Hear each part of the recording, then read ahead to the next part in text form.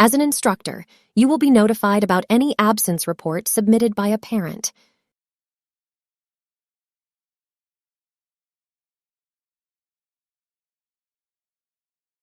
You can also access the absence report for an event while marking or editing learners' attendance for it from the calendar sidebar or full calendar view.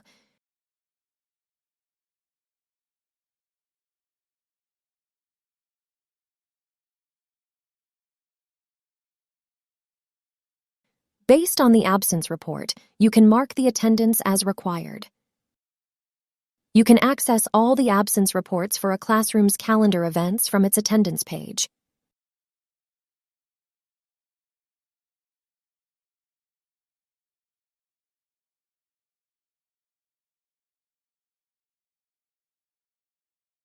You can then use the name and attendance status filter to quickly filter the absence reports accordingly.